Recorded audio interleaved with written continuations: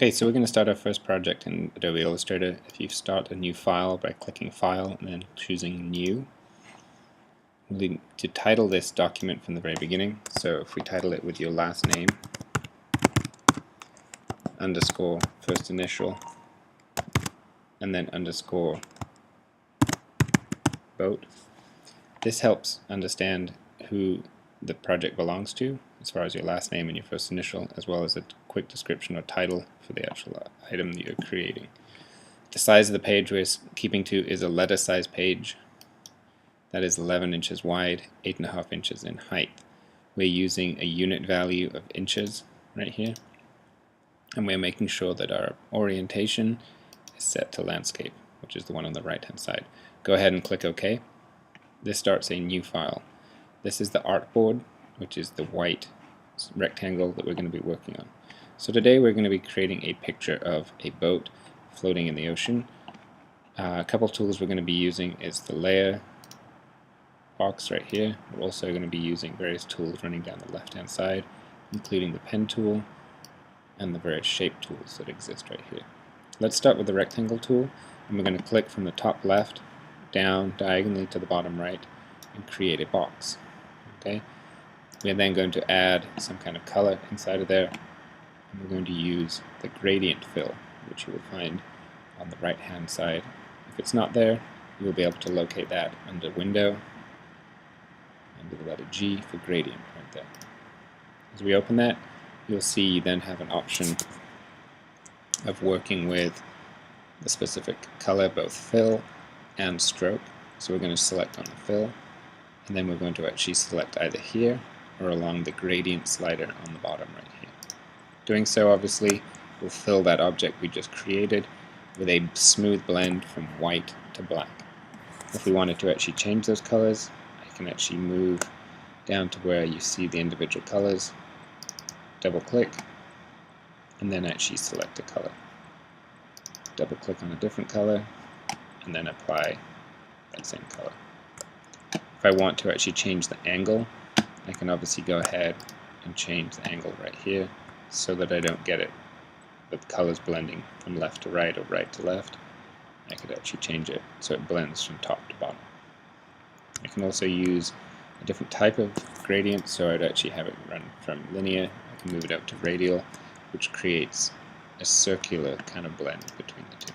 I'm going to leave mine at 90 degrees with a linear. The next step is to then use our layers. So go into the Window tab again, this time selecting the Layer button. This brings up a function which lets you lock in place certain objects and start working on a different layer without interrupting the other one. So layer 1 right here was our sky, so we are going to double click on that and title it sky. We're then going to move down to the bottom, where you'll notice a little icon next to the trash can which says create new layer. If we create that new layer, it places it immediately on top. We can double click that, and now we are going to create the ocean. If we want to now create the ocean and not interrupt the sky that we just created, I can now go ahead and actually put a little lock on the sky so it stays in place. The next tool we're actually going to use is the pen tool, located on the left hand side, or the letter P on the keyboard, which is the shortcut. So if we click, this tool works by dropping anchor points every time you click on the mouse. And obviously you can see right now these are just straight lines. I've made my way all the way around, and I come back to the start point. Instead of creating straight lines, I want to actually create a smooth wave, so I'm going to start with one point on the left hand side. Next point I'm going to make is I'm going to click, hold down my mouse, and drag the mouse out towards the right to create a curve. Then I'm going to make sure that I come all the way out to the right, click one more time, and it creates that nice smooth wave. Make sure you actually go back to the anchor point you just created, clicking on it to reset. Then I need to return back to my start point. So I'm going to move down vertically, move horizontally across to the left, and then come in all the way and close off the path by returning back to where I started. Again, I can apply a different color if I wish, and I have a couple different places I could go. I can come up to the left-hand corner and actually choose a color from my swatch palette as far as what color I would like. If I want to zoom in or zoom out, I can use the little zoom tool in my toolbox to zoom in, and then I can hold down the Option key if I want to zoom out. I can also use the Command plus and the Command minus to zoom in and out. So I'm going to place this ocean at the bottom of my page, making sure that it actually fits. I can actually scale the shape of this by clicking around on the edge of the selected box, the selected object, and clicking and dragging to move it into the right space. So just like we did with the sky, I'm now going to lock the ocean layer, and then I'm going to create a new layer. This time I'm titling it Wave. We're actually going to put some white water across the top of this image, and we're going to do the same as the last one. We're going to use a pen tool again, but this time we're just creating a single line path. So I'm going to start on the left hand side just like last time, click once, and I'm going to follow and trace the line of this wave. Click one more time and try and drag and create a curve. Create one more line right here. Reset my curve right here by clicking back on the anchor point and finishing that last part. Now this might not look right to begin with, but if I actually then remove the color from the fill by clicking on None, and then move over to my outline color, I can actually go ahead and select white. And when you deselect, you'll notice you have a very thin white line. I'll make sure that we select that again and select the brush tool. On the right hand side, looks like a little container holding 3 brushes. You will notice you have a couple of options available to you. You can always load more brushes available under Artistic, and you can look at the varied different textures you can achieve. You might have one that you prefer. And with that line selected, you simply just click on the actual brush that you like, and it will apply it. If you wish to actually have the wave a little bit thicker, we can move up to the stroke weight and increase this value. The higher the number, the thicker the stroke weight. So that completes the wave, and again, we can go back to our layers and lock that layer in place. Next, we're going to start a new layer. This time we're going to title it Clouds. The cloud layer is now the only one active, as the other ones are locked in place. To create a cloud, we're going to go back to our shape tool, but instead of using the rectangle, I'm going to use the ellipse tool. And the ellipse works in the same way as the rectangle, and then if you click and drag, it'll create a shape. Let's start by setting the fill color to white, and then if I click and drag, I can obviously create a circle. I can create a very wide oval, a very tall oval, or if I want to make a perfect circle, I hold down the Shift key at the same time that I click and drag. I'm going to create multiple circles now, overlapping one another, and that will then create the appearance of a cloud. Exactly like that. The last part I might want to actually do is go back to the rectangle and create a flat bottom to that cloud like that. So the last part is to then look at how this cloud is actually being constructed. If I click with my regular selection tool over these shapes, you'll see I have 1, 2, 3, 4, 5, 6 circles and 1 rectangle. I actually want to use all these shapes and turn them into one united shape, and so I'm actually going to want to use what is called the Pathfinder panel. Again, you can locate that under the Window tab at the top, and then scroll down to Pathfinder. Pathfinder is a panel box that will help you do various things with very simple objects to complete and create a very complex shape. The first one I want us to use is under Shape Modes, and the one you'll be using is Unite. When I have all of these selected, I would then simply press Unite, and you can see that it then turns it into one consistent object. Again, I could actually use the brush effect and apply a brush stroke with some kind of texture around it to give it a wispy cloud effect. If I wanted, I could do this again and create a couple more clouds. But for right now, I'm keeping it very simple so we can complete this illustration. Let's move on. Hold, lock this in place so we have the clouds, the wave, ocean, and the sky all locked in place. Create one more layer. This one is going to be titled Boat, so you can title Boat. And this is the main subject of the illustration. If you wish to obviously work with a different color bounding box, you can go under Options for the boat right there. The yellow doesn't always show up that well, so we can choose orange, or dark blue, or brick red. I find it easier if sometimes you lock or hide also some of the layers, so I can click and drag and hide the layers to leave me with an open page. These are still there, they're just obviously not visible. The best way to create the boat is to start using the rectangle tool and start creating very basic shapes on the page that we can then modify later on. If we start with the main part of the boat, again, let's color that object so we can actually see it. This time I'll start with a bright red, and I can empty the outline color so it's just solid fill. So there's the main hull of the boat.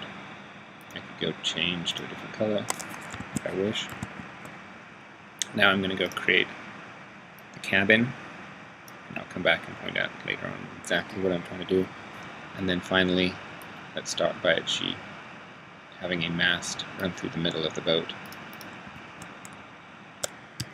for the sails to be attached to it. For the sails, we can use that same shape tool, but we're going to hold down our finger and choose the polygon tool. Polygon is an option where you click once and then type in the number of sides you wish that shape to have. So a polygon with 3 sides is obviously a triangle, and I hit OK. With that shape now created, I want to then fit that to the mast on the actual boat. If I actually move up to the top left and choose the direct selection tool, or the letter A on the keyboard, I can then directly click on a specific anchor point and then click one more time, dragging my mouse to reshape it. So in this circumstance, I might want to drag that anchor point down to the base, drag the other anchor point out, and then drag the final anchor point up to create a sail. I can go ahead and do the same on the other side, again using the direct selection tool to create those anchor points, and then move them around. I can also move the anchor points around on these rectangles.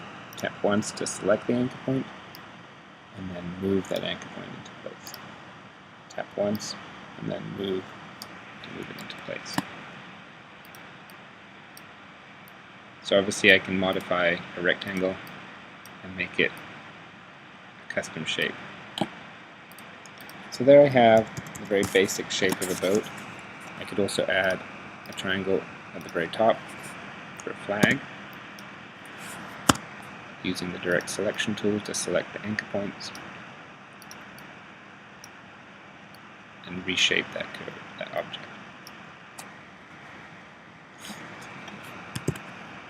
So this boat has now been made out of very basic straight line paths and shapes. I now want to add a little bit of shape and curvature to these objects to make them look more realistic. Specifically the sail, the flag, and maybe even the front and the back of the boat. If I want to actually turn any of these lines to a curve, I'm going to move over to the pen tool we've used before, hold down, and then select the upside down V shape, which is the Convert Anchor Point tool, or Shift-C on the keyboard.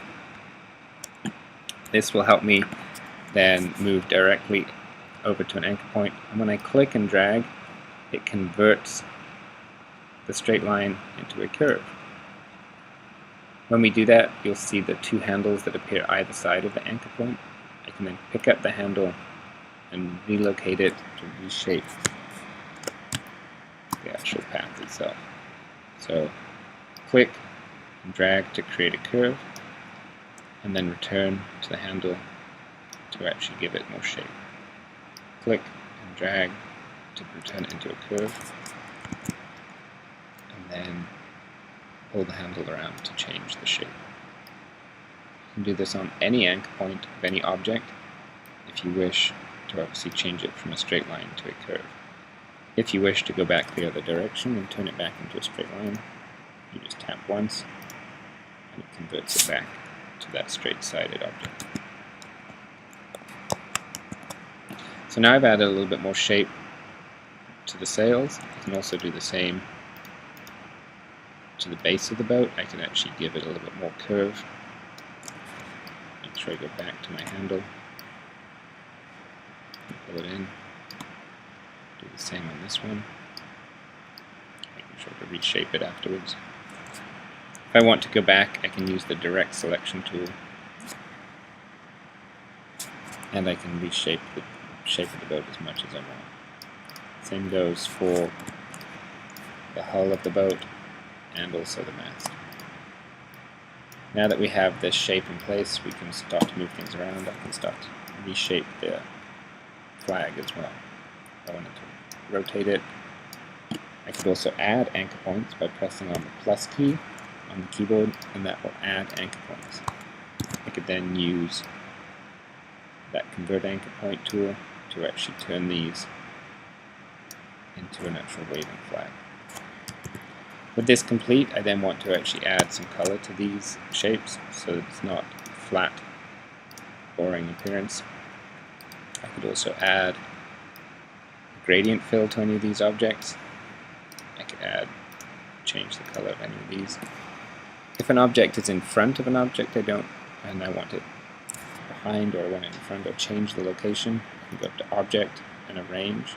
I can bring it to the front, and I can click on another one and bring it to the front again. I'd like you to color the boat appropriately and be able to add gradient fills and make sure it actually works with the rest of the illustration. Now if I go back and turn on the rest of the layers so we can see them, we can get a good idea of what the boat will look like. If it's too large, we want to select the whole boat, reduce the size of it, and then also consider that it might actually be floating in the water at a different angle. So we might actually have to change the color of a couple objects so we can see them. And then we want to finish off by actually making it look as though it appears in the water. If I click on the hull of the boat, again pressing plus on the keyboard will add anchor point, and then choosing that Convert Anchor tool, I can then click and drag and create an actual wave appearance going through to make the water look as though it's surrounding the boat and the boat is actually submerged. The last final part would be to again use the pen tool and create a single line path over the base of the water to give it the appearance as though it's actually floating in the water. Back with the fill, choose the line, and then obviously choose the point of the wave, selecting the same breath,